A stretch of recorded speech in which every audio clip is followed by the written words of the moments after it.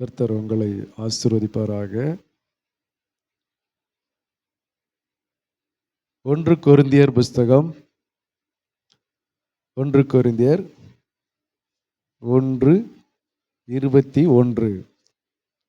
1 கொரிந்தியர் 1:21.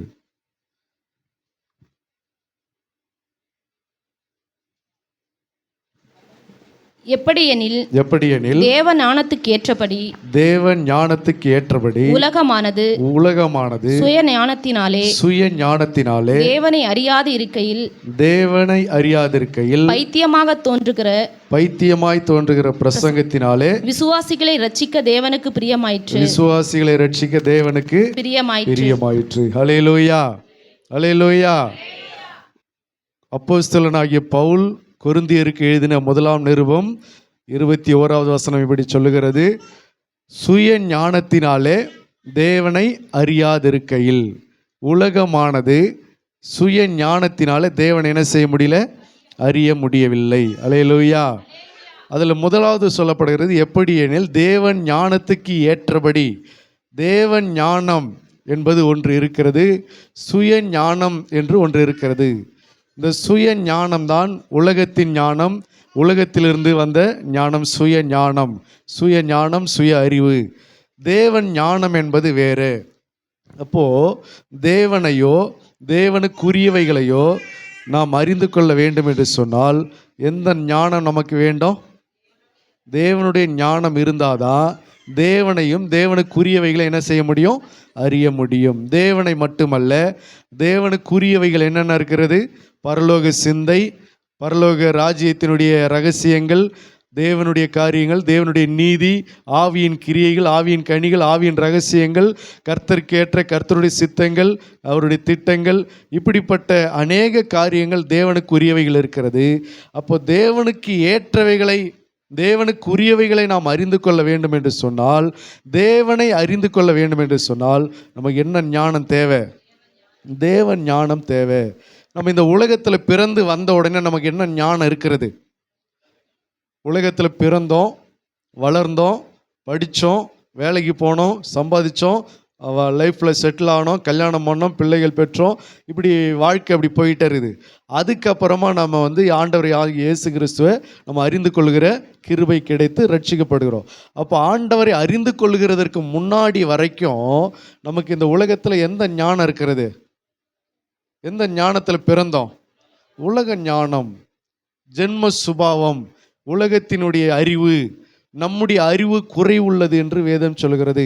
அப்போ சுய ஞானத்தினால தேவனை என்ன செய்ய முடியாது? அறிய முடியாது.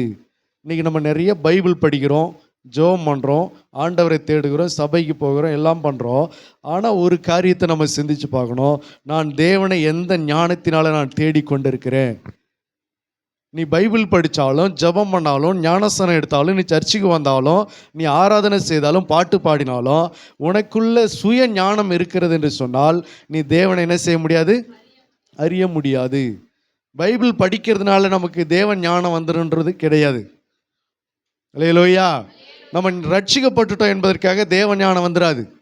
நம்ம ஆண்டவரை ஏற்றுக்கொண்டோம் என்பதற்காக தேவ ஞானம் வந்துடாது.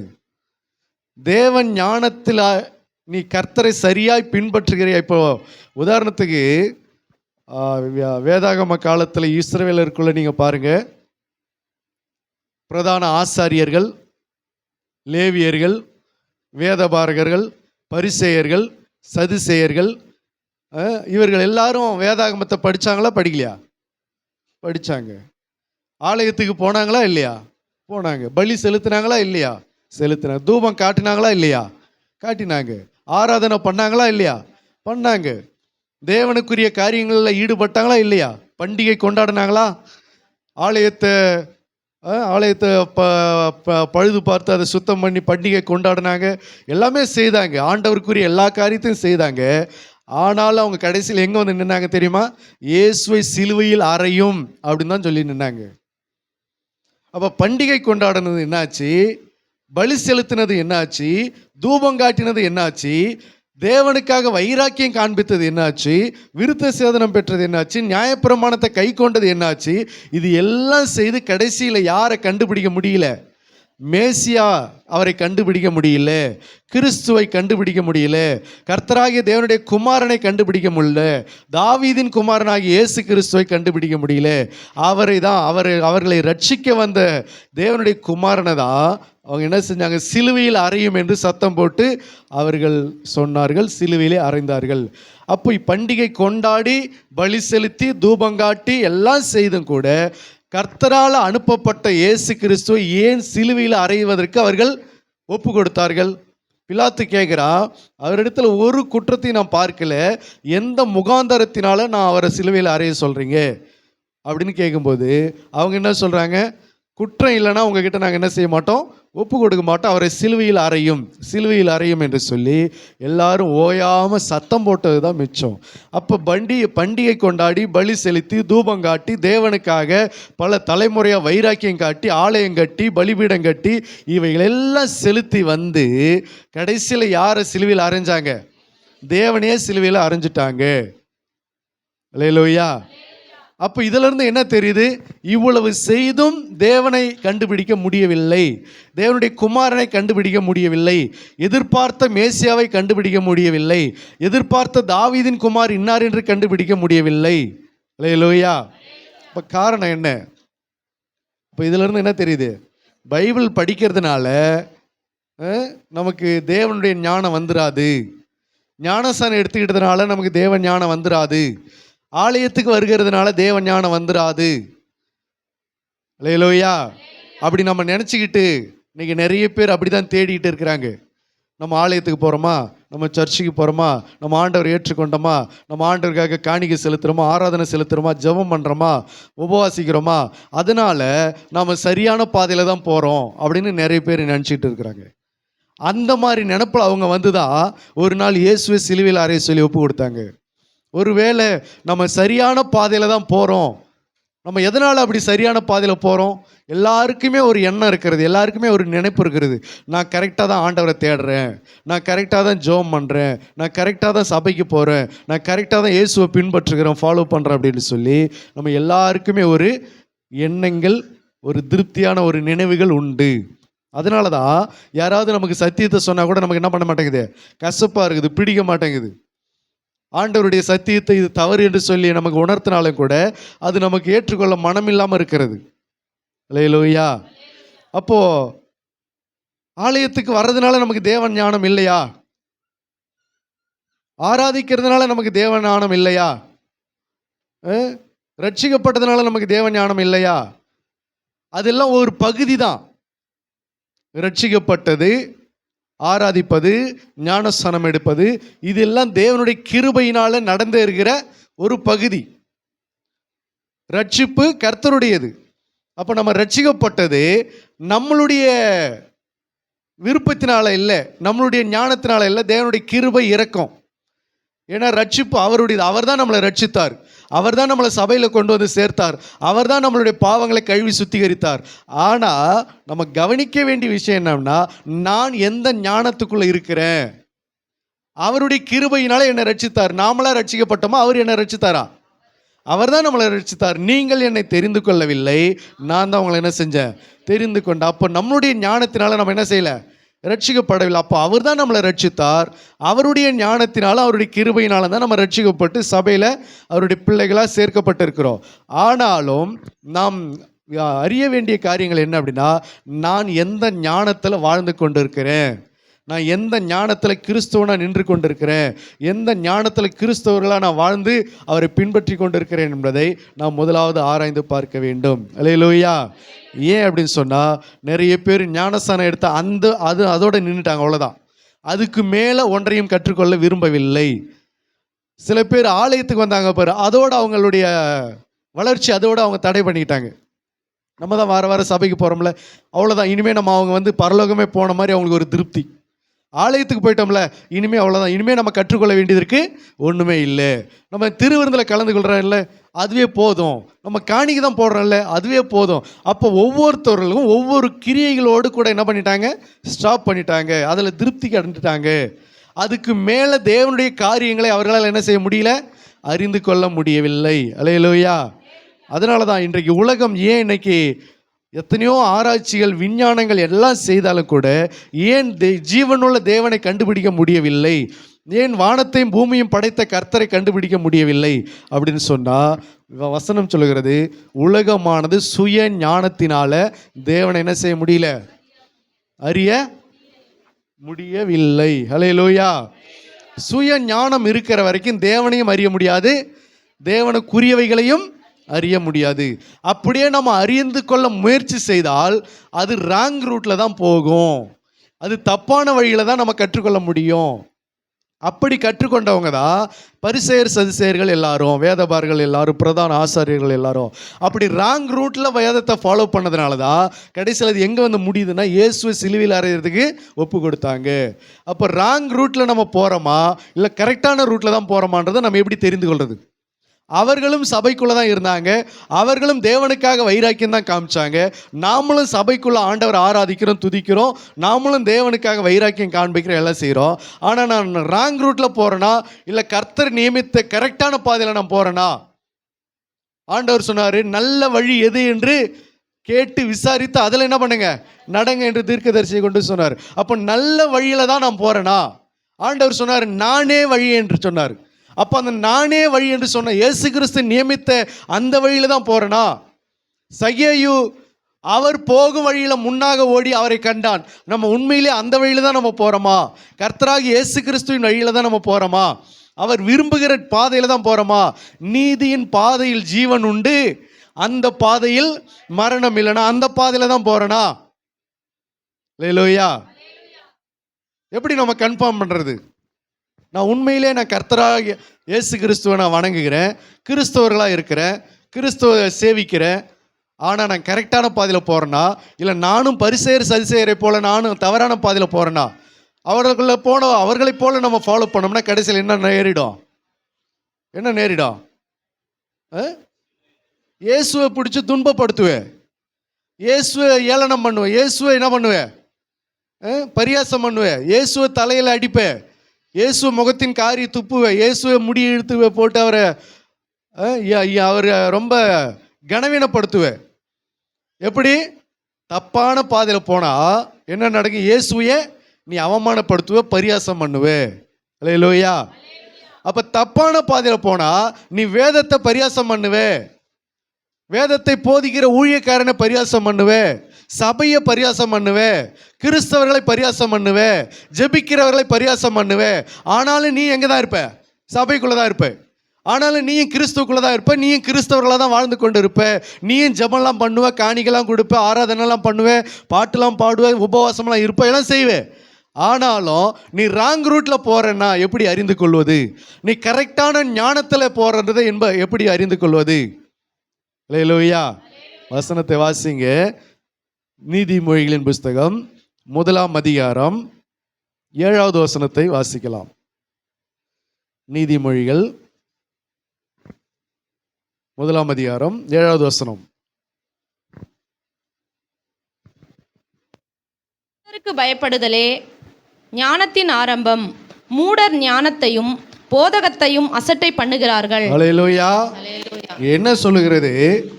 கர்த்தருக்கு பயப்படுதலே ஞானத்தின் ஆரம்பம். மூடர் ஞானத்தையும் போதகத்தையும் என்ன செய்யறாங்க? அசட்டை பண்றாங்க. நீ ராங் ரூட்ல போறன்றதை எப்படி தெரிஞ்சுக்கலாம் தெரியுமா? நீ ஒரு கிறிஸ்தவனா இருந்து நீ தப்பான ஞானத்துல ராங் ரூட்ல நீ கிறிஸ்துவ ஃபாலோ பண்ற அப்படின்னா எப்படி அறிந்து கொள்ளலாம்? மூடர் ஞானத்தையும் போதகத்தையும் என்ன செய்யறாங்க? அசட்டை பண்ணுவாங்க. சபையை அசட்டை பண்ணுவாங்க, போதகத்தை அசட்டை பண்ணுவாங்க, உபதேசத்தை அசட்டை பண்ணுவாங்க, கர்த்தருடைய ஆலோசனைகளை அசட்டை பண்ணுவாங்க, கர்த்தருடைய புத்திமதிகளை அசட்டை பண்ணுவாங்க, அவருடைய வசனத்தை அசட்டை பண்ணுவாங்க, ஆராதனை அசட்டை பண்ணுவாங்க. அல்லேலூயா. அப்போ நீ கரெக்டான ரூட்ல இயேசுவை ஃபாலோ பண்ற, உனக்கு சரியான தேவ ஞானம் இருக்கிறது என்று சொன்னால் நீ வேதம் படிக்கிறதுனால அது கன்ஃபார்ம் பண்ண முடியாது, நீ ஆலயத்துக்கு வர்றதுனால கன்ஃபார்ம் பண்ண முடியாது. நீ கரெக்டான ஞானத்தில் தான் நீ நடக்கிறியா? 2 ஞானம் இருக்கிறது. ஒன்று தேவ ஞானம், இன்னொன்று உலக ஞானம். இந்த தேவ ஞானத்தில் போனாதான் நீ கர்த்தரையும் கர்த்தருக்குரியவைகளையும் அறிந்து கொண்டு அதில் நீ கரெக்டான பாதையில் செல்ல முடியும். அப்போ நீ தவறான பாதையில் போகிறன்னா உலக ஞானத்தில் நீ நடக்கிறன்னு அர்த்தம். ஆனால் ஆள் யாரு? நீ கிறிஸ்தவர்கள். ஆனால் நடக்கிற ஞானம் எது? உனக்குள்ள நிரம்பி கிடக்கிற ஞானம் எது? உலக ஞானம். அல்லேலூயா. அப்போ நான் கரெக்டான பாதையில் தேவனுடைய ஞானத்தில் தான் நடக்கிறேன் அப்படின்னா எதனால் அறிந்து கொள்ள முடியும்னா, நீ வேதம் வாசிக்கிறதுனால ஆராதிக்கிறதுனால மட்டும் கிடையாது. வசனம் சொல்லுகிறது கர்த்தருக்கு பயப்படுதலே அங்கே தான் ஞானத்தினுடைய ஆரம்பம். அல்லேலூயா. அதுதான் ஞானத்தின் ஆரம்பம். நான் ஆராதனைக்கு வரேன், ஜபத்துக்கு வரேன், அதுக்கு வரேன், இதுக்கு வரேன், அது இல்லை. அது மட்டுமல்ல, கர்த்தருக்கு நீ பயப்படுறியா, அங்கேதான் உனக்கு சரியான ஞானம் இருக்கிறதுன்னு அர்த்தம். நீ அங்கேதான் கரெக்டான தேவ ஞானத்தில் நீ நடக்கிறன்னு அர்த்தம். கர்த்தருக்கு பயப்படுகிற பயம். இன்னைக்கு நிறைய பேர் ஜபம் பண்றாங்களா, கர்த்தருக்கு பயப்படுறது கிடையாது. பார்த்துக்கிறோமா இல்லையா? நிறைய ஜபம் பண்றாங்க, ஆனால் யாருக்கு பயப்படலை? கர்த்தருக்கு பயப்படலை. அவங்க ராங் ரூட்ல போறாங்கன்னு அர்த்தம். சபைக்கு வராங்களா, ஆனால் கர்த்தருக்கு என்ன செய்யறதில்ல? பயப்பட. அவங்க ராங் ரூட்ல போறாங்க. காணிக்கை போடுறாங்களா, கர்த்தருக்கு பயப்படுறது கிடையாது, ராங் ரூட்ல போறாங்க. ஆராதனை பாட்டெல்லாம் செலுத்துறாங்களா, செய்யறாங்களா, பாடுறாங்களா, அவங்க கர்த்தருக்கு பயப்பட மாட்டாங்க, ராங் ரூட்ல போவாங்க. அல்லேலூயா. உபவாசிப்பாங்க, பண்டிகை கொண்டாடுவாங்க, எல்லாம் செய்வாங்க. ஆனால் கர்த்தருக்கு மட்டும் அவங்க பயப்படுகிற பயம் அவங்களுக்குள்ள இருக்கிறதா அப்படின்னு பார்த்தோன்னா கர்த்தருக்கு பயப்பட மாட்டாங்க. அவங்க தவறான பாதையில் போய் கொண்டு இருக்கிறாங்கன்னு அர்த்தம். கடைசியில் இவங்க எங்கே போய் முடியும்னா, இயேசுவை சிலுவையில் அடிக்க ஒப்பு கொடுக்க செய்வார்கள், இயேசுவை பரியாசம் பண்ணுவார்கள், உலகத்தோடு சேர்ந்து கொண்டு கிறிஸ்துவை துன்பப்படுத்துவார்கள். அல்லேலூயா. உலகத்தோடு சேர்ந்து சபையை பரியாசம் பண்ணுவார்கள், உலகத்தோடு சேர்ந்து சத்தியத்தை தூஷிப்பார்கள், சத்திய மார்க்கத்தை தூஷிப்பார்கள். அப்ப நீ கரெக்டான பாதையில் போறன்றது, நீ பைபிள் படிக்கிற, ஜெபம் பண்ற, வார வார சபைக்கு வர, அது இல்லை. அது மட்டுமல்ல, அதை தாண்டி இன்னொரு முக்கியமான ஒரு பகுதி இருக்கிறது. நீ ஜெபம் பண்றியோ, பைபிள் படிக்கிறியோ, அதெல்லாம் செய்து நீ கர்த்தருக்கு பயப்படுகிற பயம் உனக்குள்ள இருக்கிறதா? நிறைய பேர் ஊழியத்தில் நீங்கள் பார்க்கலாம், சபையில் பார்க்கலாம், எல்லாம் பண்ணிட்டு துணிகரமாக பேசுறது, துணிகரமாக பண்ணுறது, துணிகரமாக செய்கிறது, துணிகரமாக எல்லாம் செய்து கொண்டிருக்கிறன்னா நீ தவறான பாதையில் போய் கொண்டிருக்கிறன்னு அர்த்தம். எத்தனை பேர் சபைக்கு வந்து துணிகரமாக இருக்கிறாங்க பார்த்தீங்களா? இருக்கிறாங்களா இல்லையா? எத்தனை பேர் ஜெபிக்கிறவர்களா இருந்தும் கர்த்தருக்கு பயப்படாமல் துணிகரமாக பாவம் செய்கிறவங்களா இருக்கிறாங்க. அப்போ ஞானம் எந்த ஞானம்? உலக ஞானத்தில் நீ நடந்து கொண்டிருக்கிறன்னு அர்த்தம், உலக ஞானத்தில் நீ வாழ்ந்து கொண்டிருக்கிறன்னு அர்த்தம். அப்போ உலக ஞானத்தினால இன்னும் நீ தேவனை சரியான விதத்தில் அறியவில்லை. ஞானஸ்தானம் தான் எடுத்துட்டு அவ்வளோதான், சர்ச்சுக்கு வர அவ்வளோதான், ஆனால் இன்னும் தேவனை என்ன பண்ணல? தேவன் ஞானத்துக்கு ஏற்றபடி அறிந்து கொள்ளவில்லை. புரியுதுங்களா உங்களுக்கு? மற்றபடி உலகத்தினுடைய அறிவு இருக்கும், உலகத்தினுடைய அனுபவம் இருக்கும், உலகத்தினுடைய திறமை இருக்கும், உலகத்தினுடைய பேச்சாற்றல் இருக்கும், உலகத்தினுடைய கல்வி அறிவு இருக்கும், உலகத்தினுடைய நாலேஜ் எல்லாமே இருக்கும். ஆனால் அவர்கள் தேவனுடைய ஜீவனுக்கு தூரமானவர்களாய் காணப்படுவார்கள். அப்போ ஒரு கர்த்தருடைய பிள்ளைகள் சரியான பாதையில் போறாங்களா இல்லையா என்பதை எப்படி ஒரு மனுஷன் அறிந்து கொள்ளலாம் அப்படின்னு சொன்னா, அவர்கள் எல்லாவற்றையும் செய்து அவர்கள் கர்த்தருக்கு பயப்படுகிறாங்களா அதை தான் நம்ம பார்க்கணும். அவங்க சர்ச்சுக்கு வர்றதை வச்சு நம்ம முடிவு பண்ணுறதில்ல, அவங்க ஆலயத்துக்கு வர்றதை வச்சு ஆராதனை செய்கிறத வச்சு முடிவு பண்ணுறதில்ல. அவர்களுக்கு கர்த்தருக்கு பயப்படுகிற பயம் இருந்துச்சுன்னா அந்த ஆராதனையில் தெரியும். கர்த்தருக்கு பயப்படுகிற பயம் இருந்துச்சுன்னா அவர்கள் சபையில் உட்காரும்போது தெரியும். கர்த்தருக்கு பயப்படுகிற பயம் இருந்துச்சுன்னா அவங்க காணிக்கை போடுற விஷயத்தில் தெரியும். கர்த்தருக்கு பயப்படுகிற பயம் இருந்துச்சுன்னா அவர்கள் ஜெபிக்கிற விஷயத்துல தெரியும். கர்த்தருக்கு பயப்படுகிற பயம் இருந்துச்சுன்னா அவர்கள் பேசுற விஷயத்துல தெரியும். ஒரு முறை ஆரோனும் மிரியாமும் என்ன செஞ்சாங்கன்னா, மோசேக்கு விரோதமா பேசி அவங்க சொன்னாங்க, மோசேயின் இடத்துல மாத்திரம் தான் கர்த்தர் பேசுறாரா, எங்ககிட்ட கர்த்தர் பேசுறது இல்லையா? நாங்களும் தான் கர்த்தருடைய வார்த்தையை தெரிவிக்கிறோம், எங்ககிட்ட தான் கர்த்தர் பேசுறாரு அப்படின்னு சொல்லி மோசேக்கு விரோதமாக பேசுனாங்க. அப்போ கர்த்தர் அவங்கள கூப்பிட்டு என்ன சொன்னார் தெரியுமா? நீங்கள் 3 பேர் ஆசரிப்பு கூடாரத்துக்குள்ள வாங்க.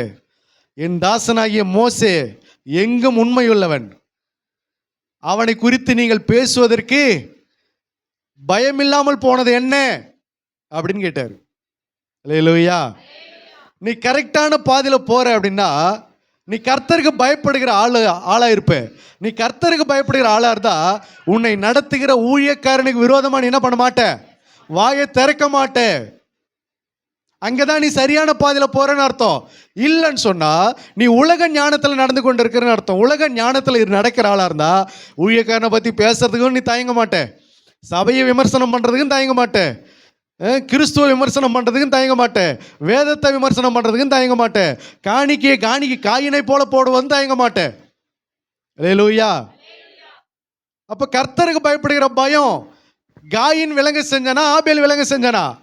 ஆபேல் விலங்கு செஞ்சான். காணிக்கையில கண்டுபிடிக்கலாம், ஆராதனையில கண்டுபிடிக்கலாம். நீ ஆராதிக்கிற விதத்துல உனக்குள்ள கர்த்தருக்கு பயப்படுகிற பயம் காணப்படும் என்று சொன்னால் உன்னுடைய ஆராதனை வித்தியாசமா இருக்கும். அது தேவனுக்கு ஏற்றவைகளா இருக்கும். அது அசட்டை பண்ண இடம் கொடுக்க மாட்ட நீ. அல்லேலூயா. இதுதான் நீ கர்த்தருக்கு பயப்படுகிறதே. அந்த ஞானம் தான் எந்த ஞானம்?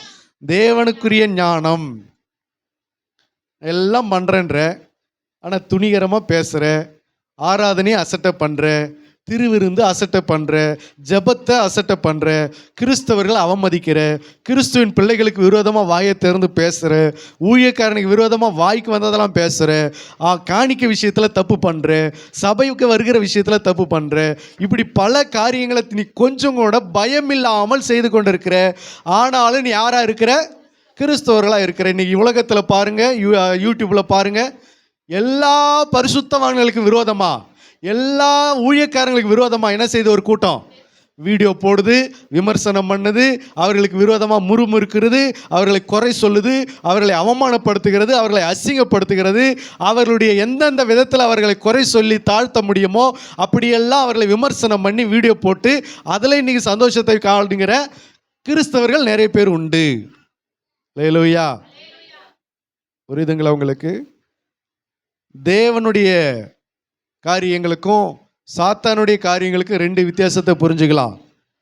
தேவன் ஆதியாகமத்திலிருந்து நீ வெளிப்படுத்தின விசேஷம் வரைக்கும் நீங்க பார்த்தீங்கன்னு சொன்னா எல்லா மனிதர்களும் தேவன் பயன்படுத்தின எந்தெந்த மனிதர்கள் தேவனுடைய வேதத்தில் யாரெல்லாம் கர்த்தர் பயன்படுத்தினாரோ அந்த 2 மனிதர்களுடைய எல்லா மனிதர்களுடைய அந்த 2 பகுதி வாழ்க்கையும் கர்த்தர் வெளிப்படுத்தியிருப்பார் பைபிளில். இப்போ உதாரணத்துக்கு ஆபிரகாம் இருக்கிறான் என்று சொன்னால் ஆபிரகாமுடைய குறைகளையும் சொல்லியிருப்பார், நிறைகளையும் சொல்லியிருப்பார். எலியாவின் குறைகளையும் சொல்லியிருப்பார், நிறைகளையும் சொல்லியிருப்பார். யாக்கோபுடைய குறைகளும் இருக்கும், நிறைகளும் இருக்கும். தாவீதினுடைய குறைகளும் இருக்கும், நிறைகளும் இருக்கும். 12 அப்போஸ்தலருடைய குறைகளும் இருக்கும், நிறைகளும் இருக்கும். அதை காண்பித்தது தான் வேதாகமோ. அதை கொண்டு வந்து நமக்கு விளக்கம் கொடுத்தவர் தான் பரிசுத்த ஆவியானவர். அதை வெளிப்படுத்தி பேசினவர் தான் பரிசுத்த ஆவியானவர். அப்போ பரிசுத்த ஆவியானவர் கண் சாடையா, முகசாடையா, முகஸ்துதிக்காக பட்சபாதம் உள்ளவர்களா, ஒருத்தர்களை அவங்களுடைய நல்ல வாழ்க்கையை மட்டும் காண்பிச்சுட்டு அவருடைய தீமையான வாழ்க்கையை நமக்கு காண்பிக்காம இல்லை. தாவீது கர்த்தருடைய இருதயத்துக்கு ஏற்றவனா இருந்தாலும் கூட அவனுடைய நல்ல பகுதியையும் கர்த்தர் என்ன பண்ணியிருக்கார்? வேதத்தில் எழுதி இருக்கிறாரு. அவன் மோசமான பாவத்தின் பகுதிகளையும் கூட என்ன பண்ணியிருக்காரு? எழுதி வைத்திருக்கிறார். அல்லேலூயா. அவன் எங்க தப்பு பண்ணா, எங்க விழுந்தான், எங்க துரோகம் பண்ணா, எங்க கர்த்தருடைய பார்வைக்கு பொல்லாப்பானது செய்து பயப்படாமல் போனான் என்பதை கர்த்தர் எழுதி பதிவு பண்ணி தான் வச்சிருக்கிறாரு. ஆனா இன்றைக்கு யூடியூப்ல பதிவு பண்றவங்க நீங்க பாருங்க, ஒரு ஊழியக்காரனை பற்றி பேசுகிறாங்கன்னு சொன்னால் எதை மட்டும் தான் பேசுவாங்க? அவர்களிடத்துல எதை கண்டுபிடிச்ச, எந்த கெட்ட காரியத்தை கண்டுபிடிச்சாங்களோ அதை மட்டும்தான் வீடியோ போடுவாங்க. அவங்ககிட்ட இருக்கிற நல்ல குணத்தை என்ன செய்ய மாட்டாங்க, அவங்க செய்த நல்ல ஊழியங்களை என்ன செய்ய மாட்டாங்க, வீடியோ போட மாட்டாங்க. எங்கேயாவது அப்படி போட்டு பார்த்துக்கிறீங்களா? அப்படி போட்டு கொண்டு இருக்கிற அந்த சேனலில் அந்த ஊழியக்காரனை குறித்த நல்ல விஷயங்களும் கெட்ட விஷயங்களும் 2 கலந்து நீங்கள் பார்த்துருக்கீங்களா? அப்படின்னா அந்த ஊழியக்காரர்கள் நல்ல விஷயத்தை தமிழ்நாட்டில் உலகத்தில் தேவனுக்காக எந்த காரியத்தையும் செய்து ஈடுபடவில்லையா? அல்லேலூயா, அல்லேலூயா. அப்போ இன்றைக்கு அவர்கள் அந்த ஒரு பகுதியை மட்டும் என்ன செய்கிறாங்க, இந்த ஊழியக்காரங்க எங்கெல்லாம் விழுந்து போகிறாங்களோ, இந்த கிறிஸ்தவர்கள் எங்கெல்லாம் விழுந்து போகிறாங்களோ, அவர்கள் எங்கெல்லாம் வீக்னஸாக இருக்கிறாங்களோ அந்த பகுதியை மட்டுமே என்ன செய்கிறாங்க, பேசி பேசி பேசி பேசி அப்போ இந்த ஆவி இது யாருடைய ஆவி? இது சாத்தானிடம் இருந்து வந்த ஆவி. ஏன்னா தேவனுடைய பரிசுத்த ஆவியானவராக இருந்தா அவர்களிடத்தில் இருக்கிற குறைகளையும் சுட்டி காட்டும், அவரிடத்தில் இருக்கிற நிறைகளையும் சுட்டி காட்டும். அதை நம்ம வெளிப்படுத்தின விசேஷ 7 சபைகளை குறித்த காரியத்தில் நம்ம அதை நன்றாய் பார்க்கலாம். அல்லேலூயா. அவர் எபேசு சபை முதற்கொண்டு லவோதிக்கேயா சபை வரைக்கும் 7 சபைகளுக்கும் கர்த்தர் என்ன சொல்றாரு? அவரிடத்துல நல்ல காரியத்தையும் மெச்சிக்கொள்கிறார். அதே சமயத்தில் அவரிடத்துல இருக்கிற உலக தீமையான காரியத்தை, அவரிடத்துல இருக்கிற குறைகளை என்ன செய்யறாரு? வெளிப்படுத்தி பேசுகிறார். ஆண்டவர் சொல்றாரு, ஆகிலும் உன் பேரில் எனக்கு குறை உண்டு.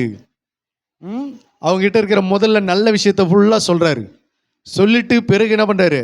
அவங்க கிட்ட இருக்கிற குறைகளை சுட்டி காண்பிக்கிறாரு. இதுதான் யாருடைய பார்வை? யாருடைய ஆவி? தேவனுடைய ஆவி, தேவனுடைய பார்வை. அல்லேலூயா. உங்களுக்கும் கூட தேவனுடைய ஆவி இருக்கும் என்று சொன்னால் இந்த 2 பகுதியுமே நீங்க பார்ப்பீங்க. எந்த மனுஷங்கிட்டையுமே இந்த 2 பகுதி நீங்க பார்ப்பீங்க.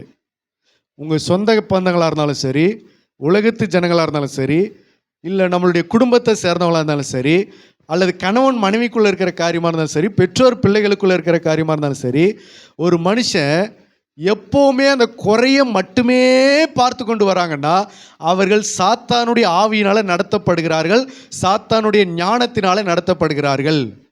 அல்லேலூயா. உதாரணத்துக்கு உங்க குடும்பத்துல யாரோ ஒருத்தவங்களை பார்க்குறீங்க, அவங்க கிட்ட இருக்கிற குறைகளை மட்டுமே பார்த்து பார்த்து பார்த்து பேசுறீங்கன்னா நீங்கள் சாத்தானுடைய ஆவியினால நடத்தப்படுகிறீங்கன்னு அர்த்தம். இன்னொரு பகுதி இருக்கிறது, அவரிடத்துல நல்ல குணமும் இருக்கிறது, நல்ல செயலும் இருக்கிறது, நல்ல காரியமும் அவங்ககிட்ட காணப்படுகிறது, நல்ல நிறைய காரியங்கள் நல்ல விஷயங்கள் செய்திருக்கிறாங்க. அப்போ இதையும் நீ பார்த்து அதையும் நீ கண்டறிகிற என்று சொன்னால் அங்கதான் நீ தெளிந்த புத்தியுள்ள சரியான பாதையில் நீ ஜீவிக்கிறேன்னு அர்த்தம். அவங்கள சரியான விதத்தில் புரிந்து கொண்டு அவர்களோடு கூட வாழ்ந்து கொண்டு இருக்கிறன்னு அர்த்தம். ஒரு கணவன் ஒரு மனைவியை பார்க்குறாங்கன்னா எப்போ பார்த்தாலும் எரிச்சலாகவே, பொறாமையாகவே, கோபமாகவே, குறையாவே பார்க்குறாங்கன்னா அவங்க தப்பான ரூட்டில் ஜீவிக்கிறாங்கன்னு அர்த்தம். அவங்க வாழ்க்கைக்கு எடுத்துருவாங்க. ஒரு மனைவி தன் புருஷனை எப்போவுமே அந்த குறை பார்வையோடு பார்க்குறாங்கன்னா அவங்க வாழ்க்கையை அவங்க கையால் என்ன பண்ணிக்குவாங்க? கெடுத்து நாசமாக்கி கொள்வாங்க. அப்போ ஒரு கணவன் தன் புருஷனை எப்படி பார்க்க கற்றுக்கொள்ளணும்னா 2 பார்வையும் இருக்கணும். தான் புருஷன் செய்கிற குறைகளையும் தெரிஞ்சிருக்கணும், நிறைகளும் தெரிஞ்சிருக்கணும். அப்படி யாராவது இருக்கா? பார்க்குறீங்களா அந்த மாதிரி பார்வை? ஒரு புருஷனுக்கு தன் மனைவி கிட்ட இருக்கிற குறைகளும் தெரிஞ்சிருக்கணும், நிறைகளும் தெரிஞ்சிருக்கணும். இந்த 2த்தையும் பேலன்ஸ் பண்ணி பார்க்கிற பார்வை தான் ஆரோக்கியமான பார்வை. அதுதான் தேவன் ஞானத்தில் வருகிற பார்வை. ஒருத்தவங்களை பிடிக்கல என்பதற்காக அவங்க செய்கிற எல்லா காரியத்தையுமே நாம் டிஸ்கரேஜ் பண்ணி எதுக்கு எடுத்தாலும் அவங்கள குறை சொல்லி அப்படியே அவங்கள ஓரம் கட்டுறது அது தேவனுடைய பார்வையும் கிடையாது, அது தேவனுடைய ஞானமும் கிடையாது. அதுதான் இந்த உலகத்தில் நீங்கள் பார்க்கிற பார்வை. உலகத்தின் மனிதர்களை இன்னைக்கு கிறிஸ்தவர்களை குறை சொல்கிறாங்க, ஊழியக்காரர்களை குறை சொல்கிறாங்க, சபையை குறை சொல்கிறாங்க, ஊழியத்தை குறை சொல்கிறாங்க. சொல்லு, ரைட்டு, தப்பு இல்லை. ஆனால் அதே சமயத்தில் இன்னொரு காரியம் இருக்குது, எதையும் பார்க்கணும். கர்த்தராகிய இயேசு கிறிஸ்து பரிசுத்த ஆவியானவர் சபைகளை பார்த்த பார்வை எப்படி இருக்குது? தாவீதை பார்த்த பார்வை எப்படி இருக்குது? எலியாவை பார்த்த பார்வை எப்படி இருக்குது? அப்போஸ்தலனாகிய பேதுரு எப்படி பார்த்தாரு? அவனுடைய இன்னொரு பகுதியை எப்படி பார்த்தாரு? ஒரு முறை பேதுருவை என்ன பண்ணுறாரு ஆண்டவராக இயேசு கிறிஸ்து? இதை உனக்கு மாம்சமும் ரத்தமும் வெளிப்படுத்தலை, என் பிதாவே இதை உனக்கு வெளிப்படுத்தினாருன்னா அவனுடைய வெளிப்பாடுகளை குறித்து அவனை பேசுகிறார், மெச்சிக்கொள்கிறாரு. அடுத்த கணமே மறுகணமே என்ன செய்கிறான்? அவர் பிசாசுக்கு இடம் கொடுத்து மிஸ்டேக் பண்ணுறான். அப்போ கர்த்தர் என்ன சொல்கிறார்? அவனை கடிந்து கொள்ள, எனக்கு பின்னாக போ சாத்தானே அப்படின்னு அவனை கடிந்து கொள்கிறாரு. அப்போ இப்படி பேதுருவை முதற்கொண்டு அவர் பார்க்கிற பார்வை எப்படி இருந்தது? எங்கே விழுந்து போகிறான், எங்கே எழுந்து நிற்கிறான், இதையும் பார்த்தாரு. நமக்கு அதை வெளிப்படுத்தி எழுதியும் வைத்திருக்கிறார்.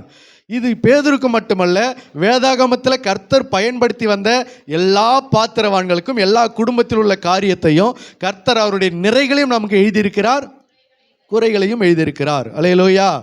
அப்போ தேவனுடைய ஞானம் உனக்கு இருக்கும் என்று சொன்னால் நீ ஒரு காரியத்தை குறித்து பேசுவதற்கு நீ என்ன பண்ணுவே? பயப்படுவே. ஒரு பாவத்தை செய்வதற்கு நீ பயப்படுவே. அப்போ உனக்கு கர்த்தருக்கு பயப்படுகிற பயம் இருக்கிறது என்று சொன்னால் அங்கே தான் நீ கரெக்டான பாதையில் போகிறன்னு அர்த்தம். மற்றபடி நீ பாட்டு பாடுறத வச்சு தீர்மானிக்க முடியாது, நீ ஜெபிக்கிறத வச்சுலாம் தீர்மானிக்க முடியாது, நீ வேதம் வாசிக்கிறத வச்சுலாம் தீர்மானிக்க முடியாது, நீ காணிக்க போடுறத வச்சுலாம் தீர்மானிக்க முடியாது. அல்லேலூயா.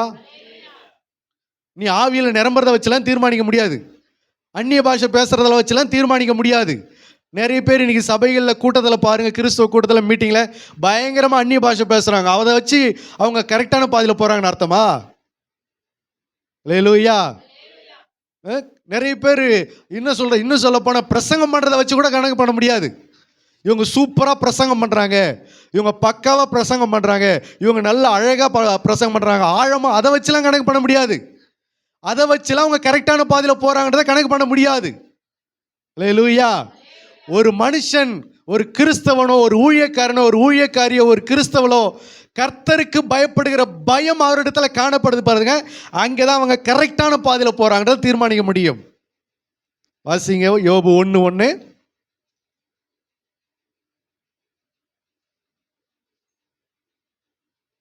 ஊஸ் தேசத்திலே யோபு என்னும் பெயர் கொண்ட ஒரு மனுஷன் இருந்தான்.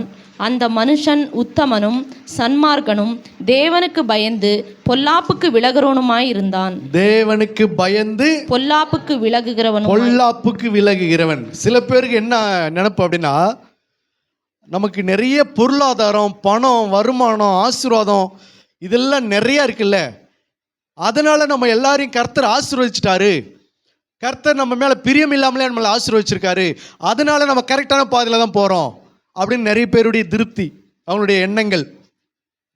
எப்படி? வீடு வாசலுக்கு நிறைய ஆசீர்வாதம், ஐஸ்வர்யம் நிறையா இருக்குதுல்ல, நன்மைகள் நிறையா நிரம்புதில்லை, அதை வச்சு அவங்க என்ன நினச்சிட்டாங்கன்னா, நம்மளை ஆண்டவர் இவ்வளோ ஆசீர்வதிச்சிருக்காருல, அப்போ நம்ம கரெக்டான பாதையில் தான் போகிறோம் அப்படின்றது அவங்களுடைய எண்ணங்கள். அல்லேலூயா. சில பேருடைய எண்ணங்கள் என்னன்னு கேட்டால், நம்ம நல்லா ஜெபிக்கிறோம், ஜெபிச்ச உடனே நம்ம கர்த்தர் பதில் கொடுக்குறாருல, நம்ம கேட்குற ஜெபத்தில் கேட்கறதுக்கெல்லாம் பதில் கொடுக்குறாருல, அப்போ நம்ம கரெக்டான பாதையில் தான் போகிறோம் அப்படின்றது அவங்களுடைய எண்ணம். அல்லேலூயா. சிம்சோன் அவன் எப்பெல்லாம் யுத்தம் பண்ணானோ, எப்பெல்லாம் அவன் செய்த காரியத்தை நடப்பித்தானோ, அப்பெல்லாம் ஆவியானவர் அவனுக்கு உதவி செஞ்சாரா இல்லையா? ஆனால் அவன் எங்கெல்லாம் போயிட்டு இருந்தான்? சோரஸ்திரி, தெலீலாள், வேசி, அவன் போகிற இடம் பூரா தப்பான இடம் தான். தெலீலாள் மடியில் படுத்துக்கிட்டு இருக்கிறான். தெலீலாள் சொல்கிறா, சிம்சோனே பெலிஸ்தர் உன் மேலே வந்துட்டாங்கன்றா. உடனே அவன் எழுந்திருக்கிறான். அவன் கட்டி வச்சிருந்த கயிறு எல்லாத்தையும் என்ன பண்ணுறான், அப்படி ஒரு நூல் போல் அறுத்து போட்டு போயினே இருக்கிறான். படுத்து கொண்டிருந்த இடம் எங்கே? விபச்சார ஸ்திரீ, ஒரு தவறான ஒரு ஸ்திரீ மடியில் படுத்துக்கிட்டு இருக்கிறான். ஆனால் அங்கேருந்து தப்பிக்கிறதுக்கு யார் உதவி செய்கிறாரு? ஆவியானவர் உதவி செய்கிறார். அந்த நூல் எல்லாம், அந்த கயிறு எல்லாம், அந்த அகனினார் கயிறு, அந்த பச்சை கயிறு, இன்னும் பலவிதமான எல்லாத்தையும் போட்டு அவனை ட்ரை பண்ணி பார்க்குறா, கட்டி வச்சு பார்க்குறா. அது எல்லாத்தையும் அவன் தகர்த்து போட்டு அறுத்து போட்டு போகிறானே, அப்போல்லாம் அவன் எந்த பலத்தில் எழுந்து ஓடினான்? பரிசுத்த ஆவியானவருடைய பலத்தில் தான் ஓடினான். அப்போது ஆனால் அவன் படுத்து கொண்டிருந்த இடம் எங்கே? ஒரு தெலீலாள் மடியில், ஒரு சோர ஸ்திரீனுடைய மடியில், ஒரு விபச்சார ஸ்திரீனுடைய மடியில். அப்போ படுத்து கொண்டிருந்த இடம் விபச்சார ஸ்திரீனுடைய இடம். ஆனால் அங்கே உதவி செய்தது யாருடைய ஆவி? கர்த்தருடைய ஆவி. அல்லேலூயா. இப்போ நீ நிறைய பேர் என்ன நினைப்புன்னா, நம்ம சரியாக நம்ம ஜபத்துக்கெல்லாம் பதில் கிடைக்குதுல்ல, அப்போ நம்ம கரெக்டாக தான் போயின்னு இருக்கிறோம் அப்படின்னு நினைப்பு. உன் ஜபத்துக்கெல்லாம் பதில் தராருன்றதுக்காக நீ கரெக்டான ஜீவியத்தில் வாழ்ந்து கொண்டு இருக்கிறன்னு அர்த்தம் கிடையாது. நீ நல்லா பாடுற, நல்லா அந்நிய பாஷை பேசுகிற, நல்லா ஆவியில் நிரம்புற, ஊழியத்தில் நிறைய இடங்களில் பார்க்கலாம், மீட்டிங்கில் பார்க்கலாம். அப்படி பாட்டு பாட ஆரம்பித்த உடனே என்ன பண்ணிவிடுவாங்க? ஆவியில் நிரம்பி, அவங்களுடைய பார்வையில் ஆவியில் நிரம்பி அந்த அந்த அறையை முழுக்க உருண்டு புரண்டு இருக்கிற எல்லார் மேலேயும் விழுந்து எழுந்து அப்படி நிரம்பிடுவாங்க. அல்லேலூயா. அவங்க நினச்சுன்னுக்கிறாங்க நம்ம கரெக்டான பாதையில் தான் போயின்னு இருக்கிறோம். வேதாகமத்தில் அந்நிய அக்கினியை உள்ளே கொண்டு வந்தாங்கன்ற சரித்திரம் இருக்கிறது. தேவனுடைய அக்கினி அல்லாமல் அந்நிய அக்கினியை உள்ளே கொண்டு வந்தாங்கன்னு இருக்கிறது. அப்போ அந்நிய பாஷை என்பது தேவனால் வருகிற பாஷைன்னு ஒன்று இருக்கிறது, ஆவியில நிரம்புறது தேவனால நிரம்புற காரியம்னு ஒன்று இருக்கிறது. இன்னொரு விதத்தில் பார்த்தோன்னா பிசாசு கொடுக்கிற அந்நிய பாஷைன்னு ஒன்று இருக்கிறது, பிசாசு கொடுக்கிற ஆவி நிரம்புதல்னு ஒன்று இருக்கிறது. அப்போ இதை வச்செல்லாம் நம்ம என்ன செய்ய முடியாது. ஜெபிக்கிறத வச்சோ, பிரசங்கம் பண்ணுறதை வச்சோ, ஊழியம் செய்கிறத வச்சோ, அவங்க காணிக்க போடுறத வச்சோ, இதிலெல்லாம் நம்ம இதை மட்டும் மேலோட்டமாக பார்த்து சில பேருக்கு தனக்கு நிறைய வெளிப்பாடு வரும்ல, அதை வச்சு அவங்க என்ன நினச்சிக்கிறாங்க, நம்ம கரெக்டான பாதையில் தான் போயிட்டு இருக்கிறோம், கர்த்தராகிய இயேசு கிறிஸ்துவை நம்ம கரெக்டாக தான் ஃபாலோ பண்ணுறோம் அப்படின்னு நினச்சிக்கிட்டு இருக்கிறாங்க வெளிப்பாடு கிடைக்கிறதுனால. அல்லேலூயா. அப்போ இதெல்லாம் கரெக்டான பாதையில் நம்ம போகிறோம் என்பதற்கு இதெல்லாம் அறிகுறி கிடையாது. ஒரு மனிதன் உனக்கு சத்தியம் தெரிஞ்சிருக்குதோ தெரியலையோ, ஆனால் கர்த்தருக்கு பயப்படுகிற பயம் உங்ககிட்ட காணப்படுது பாரு, அங்கே தான் நீ கரெக்டான பாதையில் போகிற, அங்கே தான் நீ மேசியாவை கண்டுபிடிக்க முடியும், அங்கே தான் நீ ரட்சிப்பை அடைய முடியும், அங்கே தான் கர்த்தராகிய இயேசு கிறிஸ்துவை நீ அண்டிக் கொண்டு அழிவுக்கு தப்ப முடியும், அங்கே தான் நீ நித்திய ஜீவனுக்குள்ளே சுதந்திரிக்க முடியும். அல்லேலூயா. ஞானஸ்தானம் எடுத்ததுனால நம்ம கரெக்டாக போயிட்டு வந்துட்டு அர்த்தம் கிடையாது. நம்ம ஆண்டவருக்குள்ளே வந்துட்டோம் என்பதற்காக கரெக்டான பாதையில் வந்துட்டோம் என்பது கிடையாது. கர்த்தருக்கு பயப்படுகிற பயம், கர்த்தருக்கு எல்லா விஷயத்திலையும் நீ கர்த்தருக்கு பயப்படுற, ஜெபம் பண்ணுற விஷயத்தில் நீ கர்த்தருக்கு பயப்படுறியா, உன் ஜெப காரியத்தில் கர்த்தருக்கு பயப்படுகிற பயம் இருக்கிறதா, அங்கே தான் உன் ஜெப ஞானம் கரெக்டான ஞானம். நீ ஆராதனை விஷயத்தில் இன்னைக்கு நிறைய பேர் பாருங்க, ஆராதனையில் கண்ணை மூடுறது கிடையாது. எல்லாரும் கண்ணை மூடிக்கிட்டு ஆராதனை பண்ணாலும் இவங்க என்ன செய்ய மாட்டாங்க, கண்ணை திறந்து அப்படி வேடிக்கை பார்த்துக்கிட்டே இருப்பாங்க, சுற்றி சுற்றி சுற்றி சுற்றி பார்த்துக்கிட்டே இருப்பாங்க. அப்போ இங்கே எங்கே இருக்குது கர்த்தருக்கு பயப்படுகிற பயம்? எல்லாரும் வாயை திறந்து பாடுவாங்க, இவங்க பாடவே மாட்டாங்க, நமக்கு என்ன அப்படின்னு. எல்லாரும் பயபக்தியாக உட்காந்துட்டு இருப்பாங்க செல் ஆஃப் பண்ணிட்டு. ஆனால் இவங்க மட்டும் செல் ஆஃப் பண்ணவே மாட்டாங்க, செல்லு குறுக்கும் நெடுக்கும் உள்ளேயும் வெளியிலையும் வச்சுக்கிட்டு நடந்துக்கிட்டே இருப்பாங்க. திடீர்னு ஒரு கால் எடுத்துன்னு போய் வெளியில் பேசுவாங்க, மறுபடியும் உள்ளே வருவாங்க, திடீர்னு அப்புறம் போவாங்க வருவாங்க. நீ கர்த்தருடைய வார்த்தையும் அசட்டை பண்ணுற, சபையும் அசட்டை பண்ணுற, கிறிஸ்துவையும் அசட்டை பண்ணுற. நீ எங்கே கர்த்தருக்கு பயப்படுகிற பயம் உங்ககிட்ட எங்கே இருக்குது? அப்போ நீ எப்படி கரெக்டான பாதையில் போகிறது எப்படி அறிந்து கொள்ள முடியும்? நீ சபைக்கு வந்துட்ட என்பதற்காக நீ கிறிஸ்துவத்தில் கரெக்டான பாதையில் போகிற என்பது அர்த்தம் கிடையாது. நீ சபைக்கு வந்த பிறகு உங்ககிட்ட கர்த்தருக்கு பயப்படுகிற பயம் இருக்கும் என்று சொன்னால், வந்து உள்ள நுழைஞ்ச உடனே உன் செல்லுகளெல்லாம் என்ன பண்ணிவிடுவேன், ஆஃப் பண்ணி வச்சிருவே. தேவைக்கு மட்டும் வேணால் செல்லை பயன்படுத்து, ஒரு பாட்டு பாடுறதுக்கா இல்லை ஒரு வசனத்துக்காக எடுத்து பயன்படுத்து. சபையில் ஃபோன் பேசுறதுக்கு என்ன பண்ணக்கூடாது, எடுத்து பயன்படுத்திக்கிட்டு இருக்கக்கூடாது. அல்லேலூயா. இன்னொரு காரியத்துக்கு பயன்படுத்தலாம். என்ன அப்படின்னா, நீங்கள் சபைக்கு முதல்ல வந்துடுவீங்க, உங்களுக்கு பிறகு இன்னொருத்தவங்க யாரோ வருவாங்க, அவங்களுக்கு சபை எங்கே இருக்குது எப்படின்னு தெரியாது. அப்போ அவங்களுக்கு நீ தான் என்ன பண்ணி ஆக வேண்டியதாக இருக்கும், வழி சொல்ல வேண்டியதாக இருக்கும். எங்கே வந்து இறங்கணும், எங்கே ஏறணும், எங்கே பஸ் நிற்கும், எந்த ஸ்டாப்பிங்கில் இறங்கணும், சர்ச்சு எங்கே இருக்குது, எந்த வழியாக வரணும், இந்த டீட்டெயிலாம் நீ தான் உங்களுக்கு சொல்ல வேண்டியதாக இருக்கும். அப்போ அது நிமித்தம் அவங்க உனக்கு ஃபோன் போட்டாங்கன்னா என்ன செய்ய வேண்டியதாக இருக்கும், கொஞ்சம் அதை எடுத்து அவங்களுக்கு பதில் சொல்ல வேண்டியதாக இருக்கும். இந்த மாதிரி தேவனுடைய நியாயமான காரியத்துக்கு பயன்படுத்தலாம். சும்மாவே உலகத்தின் காரியங்களுக்கும் உலகத்தினுடைய செய்கைக்கும் நீ உள்ளே கொண்டாந்து செல்லை வச்சுட்டு ஒரு தடவை பேசணுமா விட்டமான்னு இல்லாமல் அந்த சபை முடிகிற வரைக்கும் நீ செல்லை வச்சு நோண்டினுக்கிறன்னா, நீ கிறிஸ்தவனாக இருந்தும் நீ கர்த்தருக்கு பயப்படுகிற பயம் உன்னிடத்தில் இல்லாமல் போனபடினால நீ தவறான பாதையில் ஜீவித்து கொண்டிருக்கிறன்னு அர்த்தம். அல்லேலூயா. அல்லேலூயா. நீ கர்த்தருக்கு பயப்படுகிற பயம் இருந்தது சொன்னால் ஆராதனை விஷயத்தில் அநியாயம் பண்ண மாட்டே. நீ கர்த்தருக்கு பயப்படுகிற பயம் இருக்கும் என்று சொன்னால் திருவிருந்து காரியத்தில் நீ அநியாயம் செய்ய மாட்டே. கர்த்தருக்கு பயப்படுகிற பயம் என்று சொன்னால் நீ காணிக்கையோ தசம பாகமோ கர்த்தருக்கு செய்கிற காரியமோ ஆண்டவருடைய ஆலயத்துக்கு செய்கிற காரியத்திலையோ நீ துணிகரங்கொள்ள மாட்டே. அல்லேலூயா. ஒரு முறை தாவீது என்ன செய்தான், கர்த்தருக்காக ஆடி பாடி வந்தான்.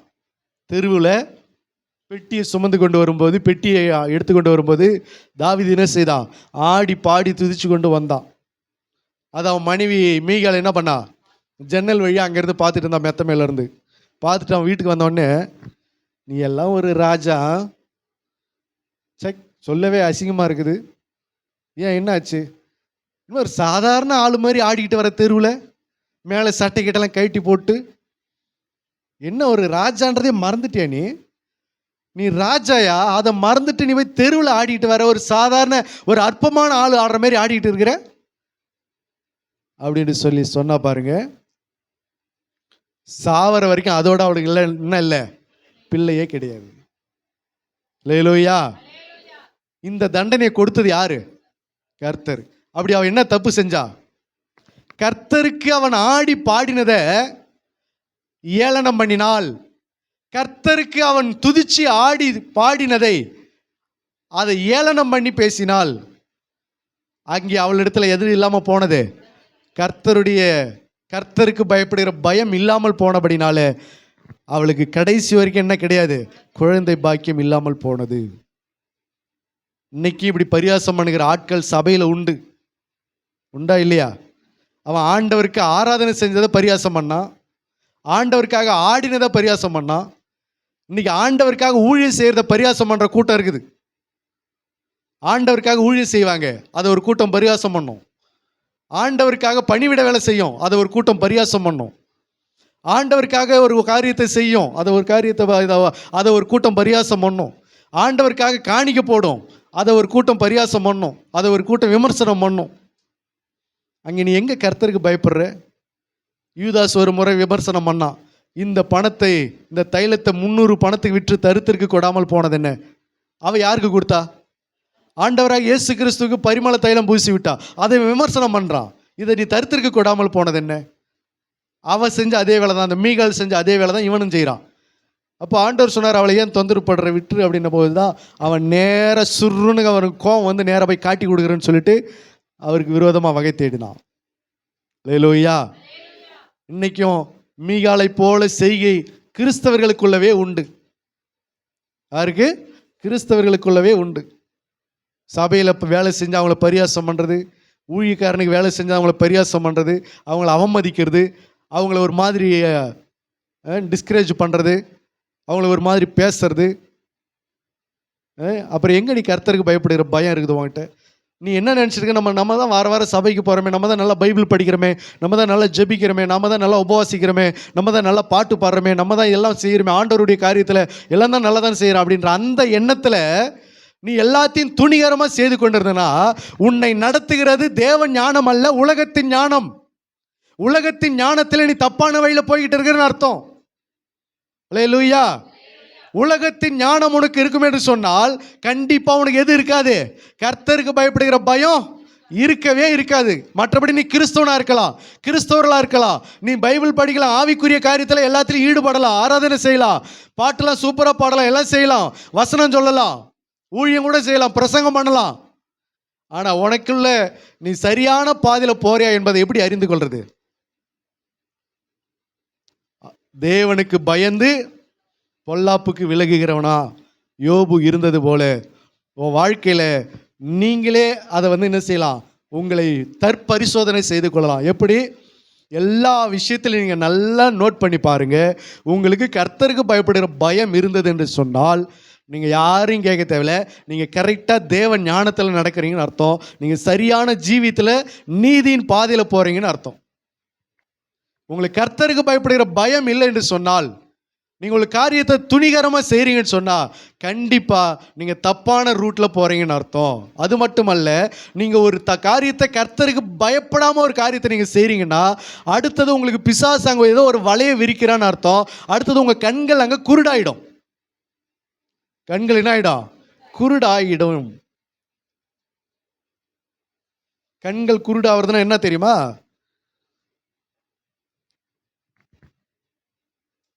தன் புருஷனை, அதாவது இன்னொரு வாலிபனை, ஒரு ஸ்திரீயானவள், ஒரு குடும்பத்தில் அவங்களுக்கு பிள்ளைகள் இருக்கிறாங்க, புருஷன் இருக்கிறான்.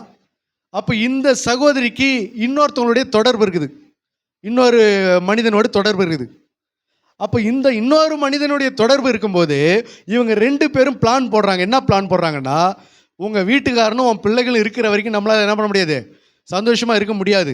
அதனால் நீயும் உன் வீட்டுக்காரங்களுக்கும் உன் பிள்ளைங்களை என்ன பண்ணிவிட? கொன்று போட்டுரு. அதுக்கப்புறம் நம்ம என்ன பண்ணலாம்? சந்தோஷமாக இருக்கலாம், நம்ம 2 பேரும் கல்யாணம் பண்ணிக்கலாம்னு அவங்க ஒரு ஐடியா கொடுக்குறாங்க. அதே போல் இப்போ கல்யாணம் பண்ணுறதுக்கு, அவங்க 2 பேரும் கல்யாணம் பண்ணுறதுக்கு இவங்க தப்பான ஒரு ரூட்டில் கணவனையும் பிள்ளைகளையும் சாகடிக்கிறதுக்கு ஒரு முயற்சி எடுக்கிறாங்க. எடுத்த உடனே கடைசியில் அவங்க இறந்துடுறாங்க. இறந்துட்ட உடனே அடுத்தது போலீஸ் கேஸ் ஆகுது. இவங்களை 2 பேருமே கொண்டு போய் ஜெயிலில் வச்சிட்டாங்க. பிசாசு ஒரு பக்கம் முட்டாளு, எப்படிப்பட்ட ஐடியா கொடுத்துருக்கான் பாரு. அப்போ இந்த ஐடியா செய்கிற இவங்களுக்கு கண்கள் குருடாக்கப்பட்ட நிலை எப்படி இருக்குது பாரு.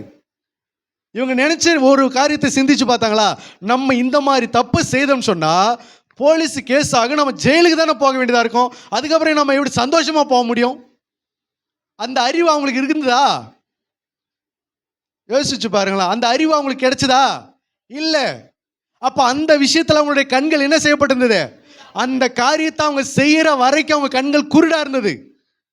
இப்போ அவங்களுக்கு அந்த காரியத்தை செஞ்சு முடிச்சு அவங்க போலீஸ் கேஸ் ஆகி ஊரார் மத்தியில், சொந்த பந்த மத்தியில் அசிங்கப்பட்டு, அவமானப்பட்டு, கேவலப்பட்டு கொண்டு போய் சிறையில் தள்ளன பிறகு இப்போதான் அந்த கண்கள், இப்போதான் அந்த புத்தி தெரியுது, நம்ம தப்பு பண்ணிட்டோமே. ஏன்னா இது ஒரு கொலை கேஸு. ஒரு கொலை கேஸை நம்ம சர்வ சாதாரணமாக பண்ணிட்டு நம்ம இவங்க கூட எப்படி சந்தோஷமாக இருக்க முடியுன்றது அந்த பொம்பளைக்கு என்ன பண்ணலை, அறிவு எட்டலை. இப்படிப்பட்ட ஐடியா அந்த பொண்ணுக்கு நம்ம கொடுக்குறோமே, அவன் புருஷனும் பிள்ளைகளும் அவன் செத்து சாகடிச்சு போட்டா நம்மளை கொண்டு போய் சிறையில் வைக்க மாட்டாங்களா? திருடனுக்கு துணை போன நம்மளையும் கொண்டு போய் சிறையில் அடைக்க மாட்டாங்களா? அப்போ நம்மளுடைய எதிர்காலமும் பாதிக்கப்படுன்ற அந்த அறிவு அவனுக்கும் இல்லை. இதுதான் அந்த கண்கள் குருடாக்கப்பட்ட நிலை. கண்கள் குருடாயிடும். அந்த விஷயத்தில் நீ அடுத்தது மாற்றி யோசிக்கிறதுக்கு உனக்கு ஒன்றுமே தெரியாது. இதுதான் சொல்லப்படுகிறது. எப்போ நீ கர்த்தருக்கு விரோதமாக நீ பயப்படாமல் ஒரு காரியத்தை நீ செய்கிறியோ, அடுத்த நிமிஷம் பிசாசு காத்துன்னு இருக்கிறான். உன் கண்ணை குருடாக்கிறதுக்கு அவன் ரெடியாக இருக்கிறான். கண்ணை குருடாக்கியாச்சுனா அதனால் வரக்கூடிய விளைவு உன் கண்ணுக்கு தெரியாது. அதனால் வரக்கூடிய தீமை உன் கண்ணுக்கு தெரியாது. அதனால் வரக்கூடிய அவமானம் உனக்கு தெரியாது. அதனால் வரக்கூடிய நஷ்டம் உனக்கு தெரியாது. அதனால் வரக்கூடிய பிரச்சனை உனக்கு தெரியாது. அதை மட்டும் மறைச்சிருவான். உன் கண்ணு குருடாயிடும். எது மேலே மட்டும் உன் கண்ணு ஷார்ப்பாக இருக்குன்னா அந்த காரியத்தை செய்கிற வரைக்கும் உன் கண்ணு ஷார்ப்பாக இருக்கும். யூதாசை கண்ணை மறைச்சிட்டான். அவரை காட்டி கொடுத்துட்டா 30 வெள்ளிக்காசை வச்சுட்டு நம்ம சந்தோஷமாக இருக்கலாம்னு நினச்சான். அவரை காட்டி கொடுத்துட்டா நமக்கு எதுவும் ஆகாது, நம்ம இயேசு நமக்கு அந்த அந்த பணம் நமக்கு உதவுன்ற மாதிரி அவன் நினச்சான்.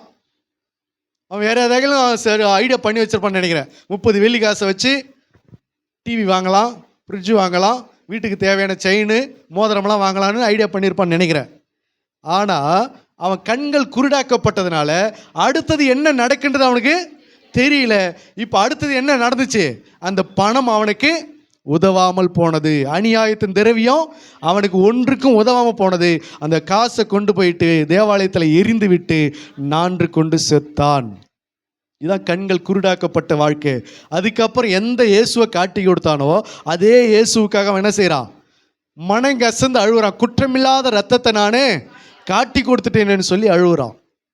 அல்லேலூயா. அப்போ நல்லா புரிந்து கொள்ளுங்க, கர்த்தருக்கு பயப்படாமல் நீங்கள் எங்கே துணிகரம் கொள்றீங்களோ அங்கே ஏதோ ஒரு பெரிய பள்ளத்தில் நீங்கள் மாட்ட போகிறீங்கன்னு அர்த்தம். ஏதோ ஒரு பெரிய பிரச்சனையில் சிக்க போகிறீங்கன்னு அர்த்தம். ஏதோ ஒரு குடும்பத்துக்கு பெரிய பிரச்சனை கொண்டு வர போகிறீங்கன்னு அர்த்தம். ஏதோ பிள்ளைகளுக்கு பெரிய அழிவை கொண்டு வர போகிறீங்கன்னு அர்த்தம். ஏதோ குடும்பத்துக்கு பெரிய சாபத்தை கொண்டு வர போகிறீங்கன்னு அர்த்தம். அல்லேலூயா. தாவீது ஒரு முறை தப்பு பண்ணான். என்ன தப்பு பண்ணா? மேல் வீட்டாரில் தூங்கி எழுந்துச்சு அப்படி மேலே போய் அப்படி உலாவினார். உலாவின உடனே பக்கத்து வீட்டில் ஒரு பொம்பளை குளிக்கிறத பார்த்தாரு. குளிக்கிறத பார்த்துட்டு உடனே அந்த பொம்பளை யார் கூட்டிகிட்டு வந்து அந்த பெண்ணோடு கூட தப்பாக பண்ணிட்டான். அதனுடைய விளைவு என்ன ஆச்சு தெரியுமா? என்றென்றைக்கும் பட்டயம் உன் குடும்பத்தை விட்டு போகவே போகாதுன்னு சொல்லி கர்த்தர் கட்டன் ரைட்ட ஒரு சாபத்தை வச்சார். அல்லேலூயா. ஆனால் ஆதியாகமத்தில் ஆபிரகாமுடைய விஷயத்தில் ஒரு ராஜா ஆபிரகாமுடைய மனைவி தெரியாமல் கூட்டிகிட்டு வந்துட்டான். எப்படி கூட்டிகிட்டு வந்தான்னா, யாருன்னு முறைப்படி விசாரிக்கிறான். அவனுக்கு நீ யார், இவளுக்கு நீ யார் அப்படின்னு. இவன் சொல்லிட்டான் அவன் எனக்கு தங்கச்சின்னு சொல்லிட்டான். அவளும் சொல்லிட்டா எனக்கு அவங்க அண்ணன் சொல்லிட்டா. அதனால சரி அவளை கொள்மை கல்யாணம் பண்ணி வச்சுக்கலாம்னு சொல்லிட்டு கூட்டிகிட்டு போயிட்டு அதுக்கப்புறமா தேவனால் அவனுக்கு தெரியப்பட்டு உணர்த்தப்பட்டு அவனை தடுத்து அவனை பயமுறுத்தி கர்த்தர் வெளியில் கொண்டு வந்த பிறகு அவன் சொல்கிறான், ஆபிரகாமையும் அந்த சாராளையும் கூப்பிட்டு, என் மேலும் என் ராஜ்யத்தின் மேலும் பெரிய தீங்கை வருவதற்கு வரப்பண்ணி கொள்வதற்கு நான் உனக்கு என்ன துரோகம் பண்ணேன்? ஏன் என்கிட்ட தங்கச்சின்னு சொன்னேன்? ஏன் என்கிட்ட தம்பி அண்ணன் சொன்னேன் அப்படின்னு கேட்குறான். அல்லேலூயா. அவன் ஒரு புறஜாதி ராஜா. அவன் என்ன சொல்றான், பிறனுடைய மனைவி நீ தெரிஞ்சிருந்தா உன்னை நான் தொட்டு இருக்க மாட்டேனே, நீ தங்கச்சின்னு சொன்னதுனால தானே உன்னை கூட்டிகிட்டு போய் கல்யாணம் பண்ணுறதுக்கு போனேன் அப்படின்னு சொல்கிறான். அதை நான் செஞ்சிருந்தா, அந்த தப்பை நான் பண்ணியிருந்தா என் மேலும் என் ராஜ்யத்தின் மேலும் என்ன வந்திருக்கோம், அழிவு வந்திருக்குன்னு ஒரு புறஜாதி ராஜா பயப்படுறான். ஆனால் தாவீது ராஜா யாரு, கர்த்தருடைய இருதயத்துக்கு ஏற்றவன். கொஞ்சம் கூட பயப்படாம அந்த லேடி கூட்டிகிட்டு வந்து அவன் புருஷனை கொண்டு போட்டு அவளை மனைவி ஆக்கி கொண்டான். இதனுடைய விளைவு என்ன அப்படின்னு கேட்டா, அவன் குடும்பத்தில் அந்த சாபம் என்னைக்குமே என்ன பண்ணலை, நீங்காதபடிக்கு கர்த்தர் கட்டளையிட்டாரு. அப்போ நல்லா புரிஞ்சுக்கணும், நீ என்னைக்கு ஒரு தப்பு பண்ணுறதுக்கு துணிகரம் கொள்றியோ உன் குடும்பத்துக்கு நீ அழிவை கொண்டு வர போறன்னு அர்த்தம். உன் பிள்ளைகளுக்குள்ள பெரிய அழிவு அவமானத்தையும் கொண்டு வர போறன்னு அர்த்தம். உன் பிள்ளைகளுக்கு பெரிய சாபத்தை கொண்டு வந்து வைக்க போறன்னு அர்த்தம். அல்லேலூயா. அப்போ ஆனாலும் நீ யாராக தான் இருப்ப, கிறிஸ்தவங்களாக தான் இருப்ப, சபைக்குள்ளே தான் இருப்ப, ஆண்டவருடைய பிள்ளைகளாக தான் இருப்ப. ஆனால் கொஞ்சம் கூட கர்த்தருக்கு பயப்படாமல் துணிகாரம் கொள்ளுவேன், துணிகாரமாக செய்வேன், எல்லாத்தையும் துணிகாரமாக செய்வேன். பேசுறதுலேருந்து நடக்கிறதுலேருந்து எல்லா காரியத்திலையும் துணிகாரம் தான். அல்லேலூயா. சிலருடைய நடக்கையெல்லாம் பார்த்தீங்கன்னு சொன்னால், சிலருடைய பேச்செல்லாம் பார்த்தீங்கன்னு சொன்னால், அவங்க குடும்பத்தை அவங்களே கலைக்கிறாங்க, அவங்க குடும்பத்தை அவங்களே கெடுக்கிறாங்க, அவங்க ஆசீர்வாதத்தை அவங்களே சாபமாக்கி கொள்றாங்க, அவங்களுடைய நன்மைக்கெல்லாம் அவங்களே தீமையாக்கி கொள்றாங்க. காரணம், கர்த்தருக்கு பயப்படாமல் போகிற போக்கு, கர்த்தருக்கு பயப்படாமல் பேசுகிற பேச்சு, கர்த்தருக்கு பயப்படாமல் பண்ணுற துணிகாரம், அகங்காரம், இருமாப்பு. ஆனால் ஜெபிக்கிறாங்க, காணிக்கை போடுறாங்க, உபசரிக்கிறாங்க, ஆலயத்துக்கு வராங்க, ஞானஸ்தானம் பெற்றாங்க, திருவிருந்தில் ஐக்கியம் கொள்கிறாங்க, எல்லா காரியத்திலையும் பந்தியில் எல்லாத்திலையும் இருக்கிறாங்க. ஆனால் கர்த்தருக்கு பயப்படுகிற பயம் மட்டும் இல்லாமல் போகிறது. அதனால தான் சொல்லுது, நீ தப்பான பாதையில் போகிற. என்ன செய்கிற, தப்பான பாதையில் போகிற. நீ கரெக்டான பாதையில் போகிறன்னா உனக்கு கர்த்தருக்கு பயப்படுகிற பயம் இருக்கும். கரெக்டான பாதையில் போகிறன்னா கர்த்தருக்கு பயப்படுகிற பயத்தினால உனக்கு தேவன் ஞானம் வரும். தேவன் ஞானம் வந்துருச்சுன்னு சொன்னாலே நீ கர்த்தருக்கு பயப்பட ஆரம்பிச்சிருவே. பைபிள் படிக்கிறதோட மட்டும் இல்லை, கர்த்தருக்கு பயந்து பைபிள் படிக்க ஆரம்பிச்சிருவே. ஆராதிக்கிறது மட்டும் இல்லை, கர்த்தருக்கு பயந்து ஆராதிக்க செய்வே. அல்லேலூயா.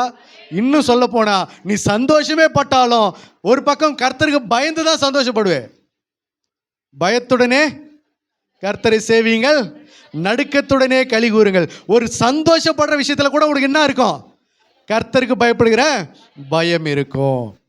காணிக்கை போடுற விஷயத்துல உனக்கு என்ன இருக்கும், கர்த்தருக்கு பயப்படுகிற பயம் இருக்கும். ஜெபிக்கிற விஷயத்துல உனக்கு என்ன இருக்கும், கர்த்தருக்கு பயப்படுகிற பயம் இருக்கும். ஒருத்தவங்களை பற்றி பேசுறதுக்கு உனக்கு என்ன இருக்கும், கர்த்தருக்கு பயப்படுகிற பயம் இருக்கும். இன்னைக்கு யாரை பற்றியும் பயம் இல்லாமல் பேசுறது, யாரை பற்றி இன்னைக்கு பேசுறதுக்கு பயம் இல்லை. அல்லேலூயா. அப்போ நீங்கள் சரியான பாதையில் போகிறதை எப்படி கண்டுபிடிக்க முடியும்? உங்ககிட்ட ஆவிக்குரிய காரியங்கள் நிறையா இருக்கும், அதை வச்சு இல்லை. ஆவிக்குரிய காரியங்கள் நிறைய ஈடுபடுவீங்க, அதை வச்சு இல்லை. அதை வச்சு தீர்மானிக்க முடியாது. வீட்டில் சபையில் அந்நிய பாஷை பேசிட்டு போய் வீட்டில் சண்டை அடிக்கிற ஆள்லாம் நிறைய பேர் இருக்காங்க. சபைக்கு நல்லா வெள்ளையாக போட்டுட்டு வந்து வீட்டில் போயிட்டு அருவருப்பாக நடக்கிறவங்களாம் இருக்கிறாங்க. சபையில் கர்த்தரை நல்லா பாடிட்டு வீட்டில் போய் சினிமா பாட்டு பாடுறவங்களாம் இருக்கிறாங்க. அல்லேலூயா. எதில் அவங்க மிச்சம் வச்சுருக்காங்க, எதில் அவங்க குறை வச்சுருக்காங்க, எல்லாத்துலேயுமே அவங்க ஈடுபட்டு கொண்டு இருக்காங்க, எல்லாரோட சம்பந்தம் கலந்துருக்காங்க. அப்போ இதெல்லாம் வச்சு நம்ம கணிக்க முடியாது, இதெல்லாம் வச்சு தீர்மானிக்க முடியாது. அதனால் வச்சு அவங்க கர்த்தரை சரியாக தான் ஃபாலோ பண்ணுறாங்கன்றதை சொல்ல முடியாது. கர்த்தருக்கு பயப்படுவதே ஞானத்தின் ஆரம்பம். அந்த ஞானம் இருந்தால் தான், அதுவும் பாருங்க, அங்கே தான் ஞானம் ஆரம்பமாகிறது. ஞானத்தின் முடிவு என்று சொல்லலை, ஞானத்தின் ஆரம்பம். அல்லேலூயா. அப்போ கர்த்தருக்கு பயப்படுகிற பயம் பாட்டு பாடுகிறது இல்லை, ஜெபிக்கிறது இல்லை, ஆவிக்குரிய காரியத்தில் ஈடுபடுறதோடு மட்டுமில்லை, கர்த்தருக்கு பயப்படுகிற பயம், அதுதான் ஞானம். அதுதான் ஞானத்தை கொண்டு வரும். எந்த ஞானம், எந்த ஞானம், தேவ ஞானத்தை அது கொண்டு வரும். அல்லேலூயா, அல்லேலூயா. வாசிக்கலாம் ஒரு வேத பகுதியை.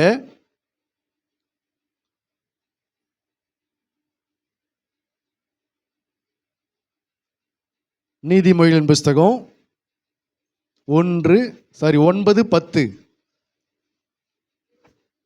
நீதிமொழிகள் 9:10.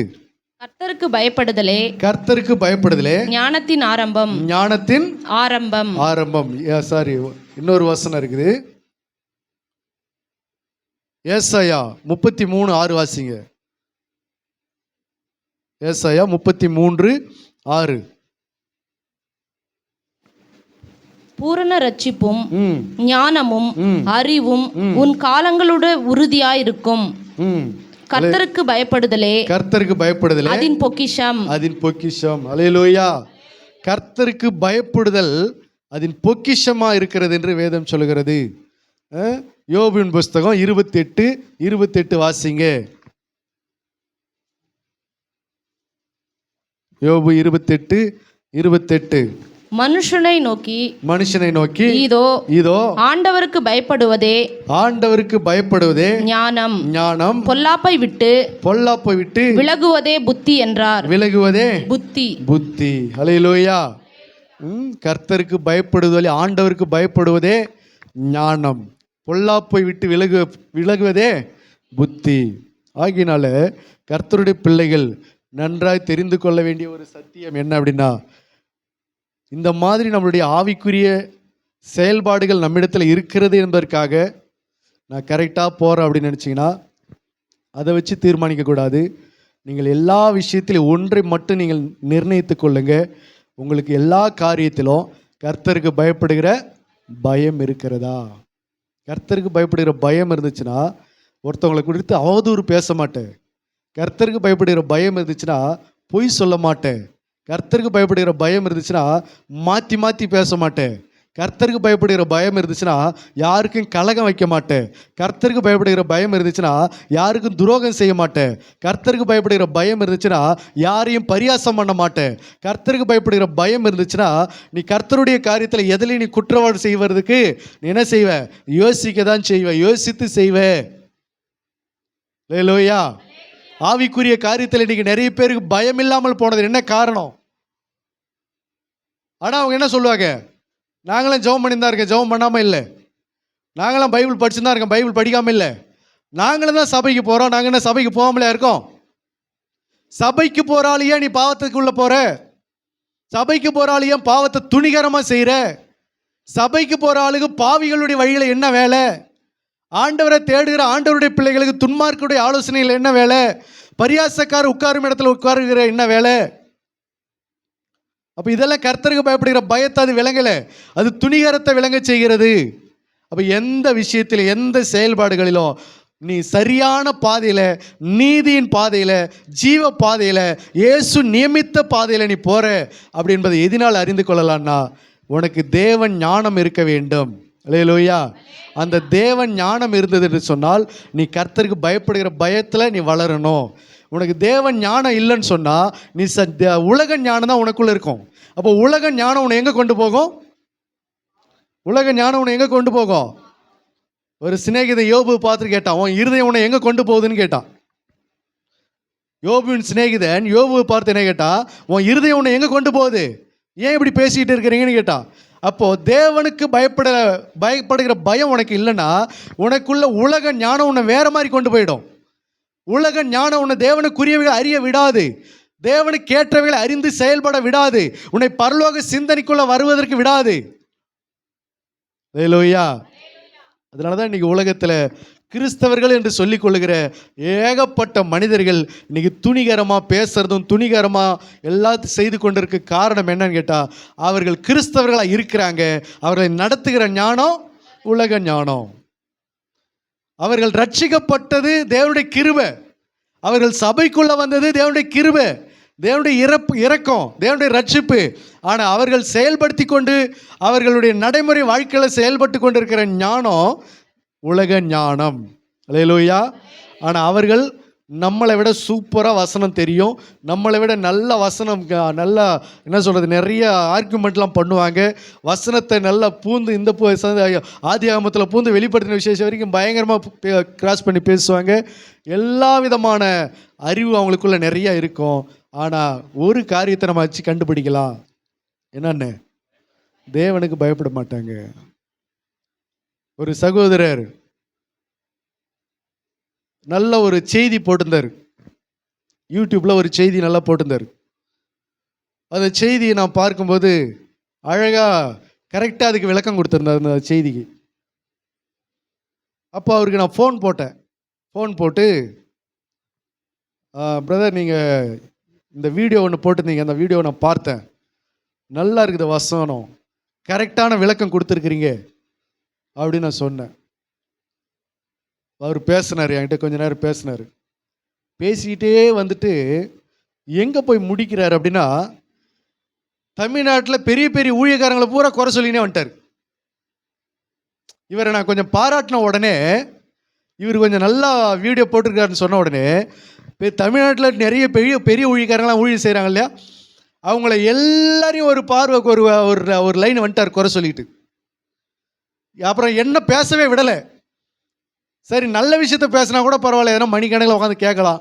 இவர் அடுத்தது பேச ஆரம்பித்த டாப்பிக்கை என்னன்னு கேட்டால், இந்த ஊழியக்காரங்களாம் இந்த மாதிரிலாம் பண்ணுறாங்க, அவங்களாம் வந்து மக்களை முட்டாளாக்குறாங்க, அவங்களாம் வந்து அதை செய்கிறாங்க இதை செய்கிறாங்க அப்படின்னு சொல்லி ஊழியக்காரங்களை கொஞ்சம் கூட மரியாதை இல்லாமல் அவங்க மாட்டில் துணிகாரமாக பேசுகிறாங்க.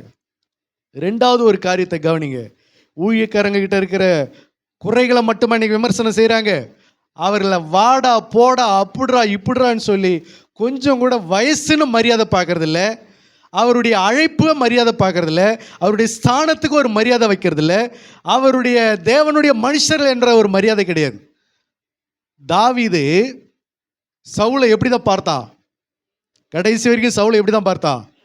கர்த்தரால் அபிஷேகம் பண்ணப்பட்டவர் ஆமே. ஆனால் சவுல் என்ன செய்கிறான்? டெய்லி அவனை கொலை பண்ணுறதுக்கு தேடிட்டு இருக்கான். உலக பிரகாரமாக பார்த்தா சவுல் யாரு? கொலைகாரன். தாவீதை கொலை செய்வதற்காக ஒருத்தன் தேடிட்டு இருக்கான், ஒரு கொலைகாரன். அவனை அநேக முறை ஈட்டியால் எய்து அவனை கொலை செய்யறதுக்கு திட்டம் போட்டான். உலக பிரகாரமாக பார்த்தா அவன் ஒரு பிசாசு பிடிச்சவன். அந்த பிசாசை ஓட்டி விட்டதை யார் தான்? தாவீது. யாரோ இருந்து ஓட்டி விடலை, தாவீது தான் அவனுக்கு பிசாசு ஓட்டி விடுறான். ஆனாலும் தாவீது அவனை எப்படி பார்க்குறான்? கர்த்தரால் அபிஷேகம் பண்ணப்பட்டவராமே, கர்த்தரால் அபிஷேகம் பண்ணப்பட்டவராமே. அவன் சாகிற வரைக்கும் தாவீது சவுலை பார்த்த விதம் எப்படிதான்? கர்த்தரால் அபிஷேகம் பண்ணப்பட்டவராமே, அப்படிதான் பார்த்தான். அப்போ அந்த ஸ்தானத்தை அவன் மதிக்கிறான். கர்த்தரால் அபிஷேகம் பண்ணப்பட்டவர் அப்படின்ற ஸ்தானத்தை மதிக்கிறான். ஆக மொத்தம் அவன் கொலைகாரனா மாறுதும் தாவீதுக்கு தெரியும். அவன் பிசாசு பிடிச்சி அலைஞ்சு அந்த பிசாசு இவன் போய் ஓட்டி விட்டதும் தெரியும். அவன் எந்த அளவுக்கு நியாயமே இல்லாமல் இவனை கொலை செய்யறதுக்கு வகை தேடனான்றதும் தாவீதுக்கு தெரியும். ஆனாலும் கூட தாவீதினுடைய பார்வையில் சவுல் எப்படி மட்டும்தான் இருந்தான்? கர்த்தரால் அபிஷேகம் பண்ணப்பட்டவன். இதுதான் தேவனுடைய ஒரு ஆரோக்கியமான ஒரு பார்வை. அல்லேலூயா. இன்னைக்கு விசுவாசிகளை பாருங்களேன், ஊழியக்காரனையும் மதிக்கிறதுல, ஊழியக்காரன் மனைவியும் மதிக்கிறதுல, தாறுமாறாக பேசுறது. அவங்க கர்த்தரால் அபிஷேகம் பண்ணப்பட்டவங்களாச்சே, அவங்க தேவனால் அழைக்கப்பட்டவங்களாச்சே. ஊழியக்காரனுக்கு நீயே கூட பிசாசு ஓட்டி விட்டதா கூட இருக்கட்டுமே, ஊழியக்காரனுக்கும் ஊழியக்காரன் மனைவிக்கும் பிசாசு பிடிச்சி அவங்க தப்பான ஆளாக கூட இருக்கட்டும், அதுக்காக நீயே ஜெபம் பண்ணி அவங்களுக்கு பிசாசு ஓட்டி விட்டதா கூட இருக்கட்டும். ஆனால் அவன் பார்வையில் நீ எப்படி பார்க்கிற? தாவீதின் பார்வையா? இல்லை எந்த மாதிரி பார்வை எனக்கு இருக்குது? ஊழியக்காரங்கிட்ட 1000 குறை கூட இருக்கட்டும், 1000 குற்றங்கள் இருக்கட்டும், ஊழியக்காரன் குடும்பத்தில் அநியாயங்கள் அநேகம் இருக்கட்டும், ஆனால் அவன் பார்வை எப்படி இருக்குது? அல்லேலூயா. நல்ல பார்வை இருக்குதா? குறை சொல்லுகிற பார்வை மட்டும்தான் இருக்கிறது.